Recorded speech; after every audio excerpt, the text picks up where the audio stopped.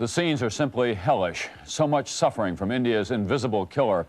At one point, an official said one death was being recorded every minute from the poison gas leak in the city of Bhopal.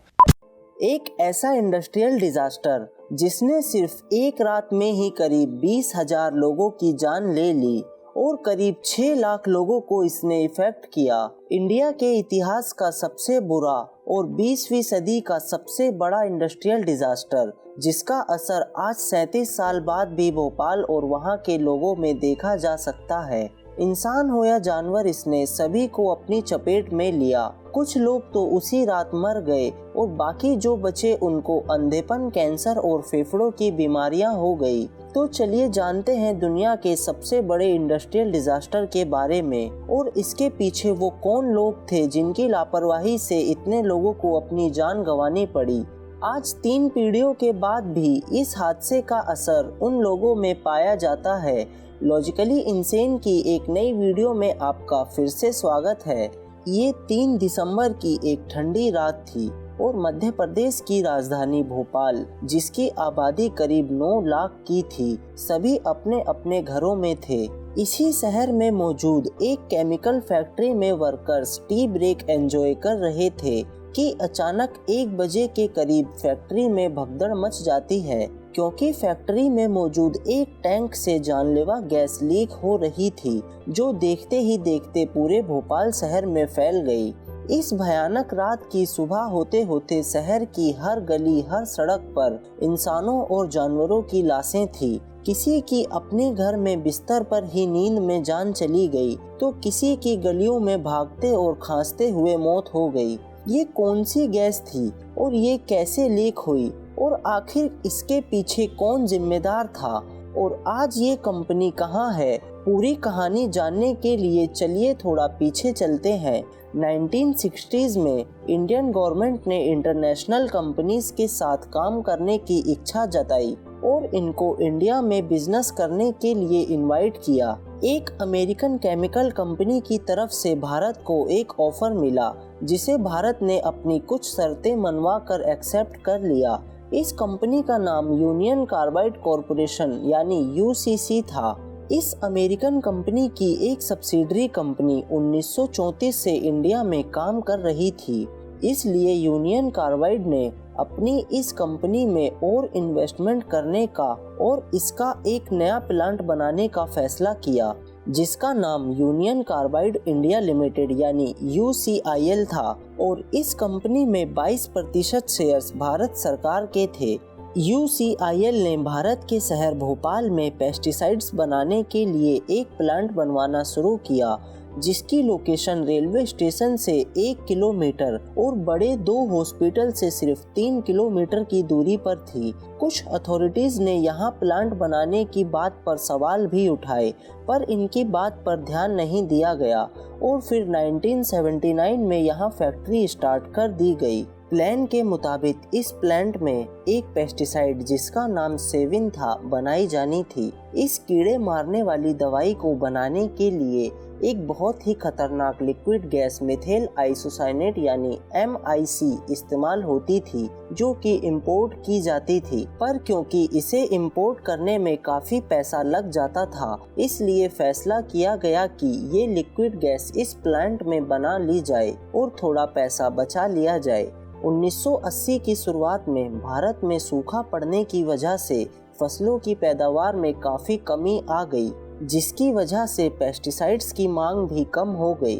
किसानों के पास अब इतने पैसे नहीं थे कि वो अब अपनी फसलों के लिए कीड़े मारने वाली दवा खरीद सकें, जिसका असर UCIL पर भी हुआ।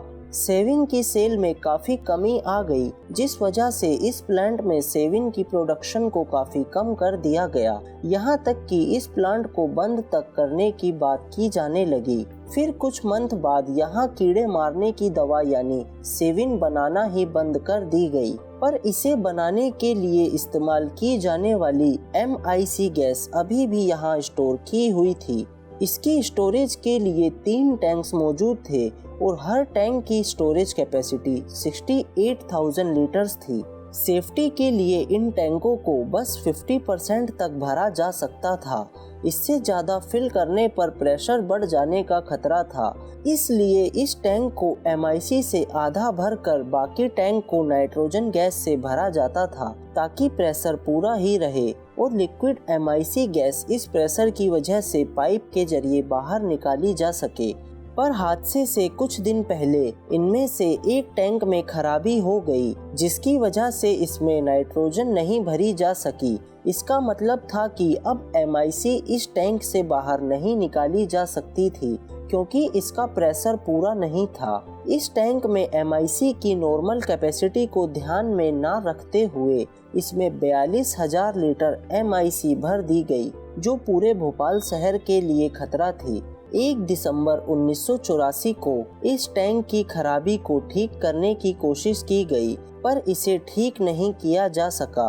उसके बाद 2 दिसंबर 1984 को भी ये टैंक खराब ही रहा। इसमें मौजूद गैस एक बहुत बड़ा खतरा थी, लेकिन प्लांट का स्टाफ इस खतरनाक सिचुएशन को समझ नहीं पा रहा था।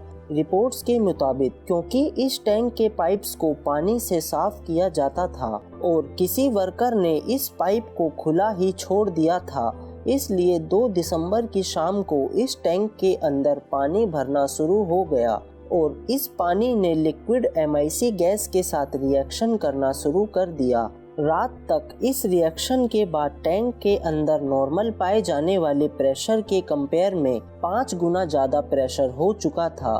कुछ स्टाफ मेंबर ने इसको नोटिस भी किया, लेकिन थोड़ी बहुत गैस की लीक उनके लिए मामूली बात थी और वर्कर्स टी ब्रेक पर चले गए।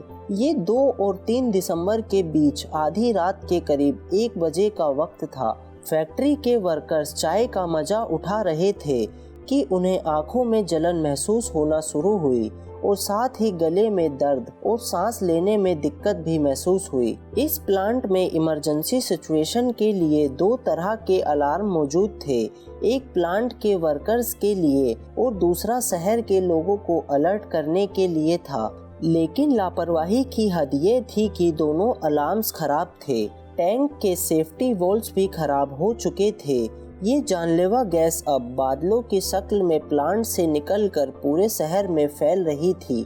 जब सिचुएशन आउट ऑफ कंट्रोल हो गई तो वर्कर्स ने प्लांट छोड़कर भागना शुरू कर दिया क्योंकि अब बात उनके हाथ से निकल चुकी थी। भारत के इतिहास के सबसे बुरे और 20वीं सदी के सबसे बड़े डिजास्टर की शुरुआत हो चुकी थी। 42,000 लीटर गैस 1 घंटे के अंदर टैंक से गायब हो चुकी थी। शहर के लोगों को इस लीकेज का पता तब लगा जब उनकी आंखें जलने लगी, गले में दर्द होने लगा और सांस लेने में मुश्किल आने लगी और लोग डरे सहमे घरों से बाहर भागने लगे। गलियों में, सड़कों पर हर तरफ डर का माहौल था, जैसे कोई कयामत आ गई हो। लोग भाग रहे थे, खांस रहे थे, उनकी आंखें उनका साथ छोड़ रही थी। भोपाल के हॉस्पिटल में इस तरह के बड़े हादसे से निपटने की तैयारी नहीं थी।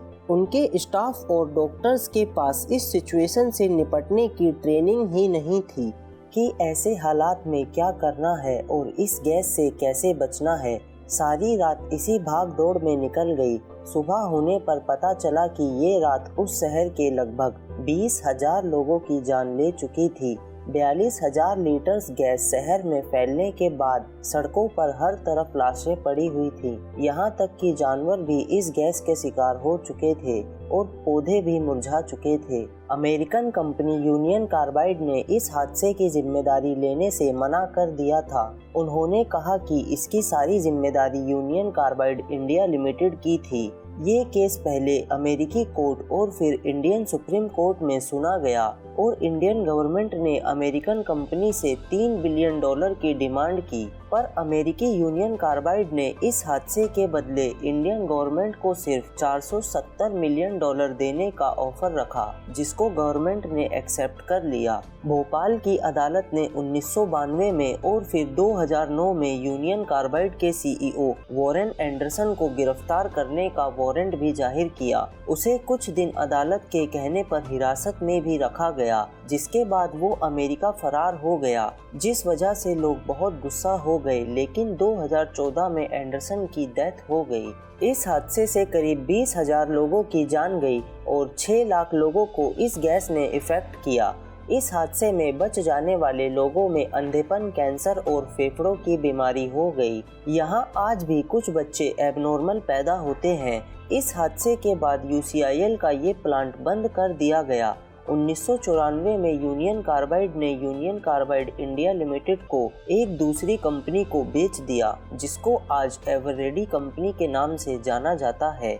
ये कंपनी आज इंडिया की जानी मानी कंपनियों में से एक है जो बैटरीज बनाती है। भारत ने इस हादसे के बाद बहुत जल्द लोगों और वर्कर्स की सेफ्टी के लिए नए इंडस्ट्रियल लॉज इंट्रोड्यूस किए और साथ ही इन्वायरमेंटल लॉज में भी सख्ती कर दी गई, जिसकी वजह से फॉरेन इन्वेस्टर्स को भारत पर फिर से कॉन्फिडेंस बना और इंडिया में फॉरेन इन्वेस्टमेंट्स की एक बार फिर से तरक्की हुई। हादसे के बाद इस सारी जगह को साफ करने की कोशिश की गई थी, जिसके बाद 2019 में एक रिपोर्ट आई जिसमें ये पता लगा कि आज भी इस जगह पर 400 टन के आसपास केमिकल सब्सटेंस मौजूद है, जो इस शहर के लोगों के लिए खतरा है। यहाँ जमीन के नीचे का पानी केमिकल्स की वजह से पीने लायक नहीं है। इंडियन गवर्नमेंट भी इस बात को कह चुकी है कि इस प्लांट के आसपास का एरिया रहने लायक नहीं है, लेकिन इस पर कभी कोई स्टेप नहीं उठाए गए।